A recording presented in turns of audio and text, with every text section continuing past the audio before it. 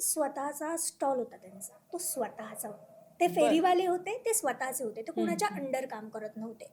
Right. स्वातंत्र्य मला तिथून पाहायला मिळालं हम्म, की त्यांनी इंडिव्हिज्युअल लेवलला चालू केलं. हम्म. दुसरी गोष्ट, माझ्या बाबांनी मला कधी अडवलं नाही की म्हणजे मला इतकी रक्कम घरामध्ये आलीच पाहिजे, माझी राईट. फायनान्शियल तेवढी कपॅसिटी आहे का घरची, तर नाही. हम्म, पण त्यांनी आम्हाला स्वातंत्र्य दिलं की तुम्हाला हम्म. काय करायचंय ना तुमच्या क्षेत्रात, तुमच्या आवडत्या क्षेत्रात, ते करा. हम्म, मग त्याच्यासाठी भरपगारी नोकरी करावी असं माझ्या घरच्यांना बऱ्याच लोकांना, म्हणजे माझ्या आत्या किंवा माझे हम्म. घरचे इतर लोक, हम्म, हम्म. त्यांना असं वाटत होतं की अगं अश्विनी, इतकं सिक्युअर चांगले अपॉर्च्युनिटी येतात तुला, जॉब 1-1, 1.5 लाखाच्या पगाराचे जॉब आहेत तुझ्याकडे, व्यतिरिक्त पण बऱ्याच गोष्टी तुझ्याकडे आहेत, ते हम्म. तुला अपॉर्च्युनिटी म्हणून येत आहेत, तू ते का नकारतेस?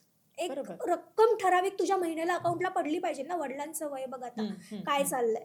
पण माझं असं झालं की तिथे गेल्यानंतर मी प्रयत्न केला सुरुवातीला, हम्म, हम्म. मी इंटर्नशिपला गेले काही ठिकाणी, तेव्हाच मला एक अनुभव आला की आपल्याला तिथे ना स्वातंत्र्य नसतं, वैचारिक नसतं, तुझ्या मतांना स्वातंत्र्य नसतं, खरं. तुला ते जे सांगतील तेच करायचंय. आणि कधी कधी असं होतं ना की आपण राईट ट्रॅकवरती जरी असलो ना, तरी त्यांचं वरून एक वेगळं प्रेशर प्रेशर असतं असतं. की बरोबर. हेच करायला हवं. हम्म. आणि मी त्या दडपणाखाली नाही जगू शकत.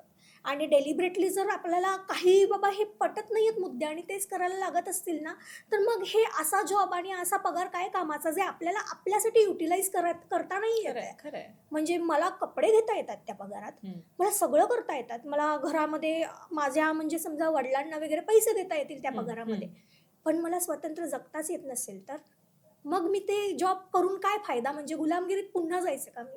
स्त्री आधीच गुलामगिरीतून बाहेर आलेली आहे, पुन्हा मी तिथेच जायचं का? खरंय. म्हणून मला असं जेन्युइनली वाटतं की छोटं का असेना, इंडिव्हिज्युअल का असेना, पण ते स्वतःच असो.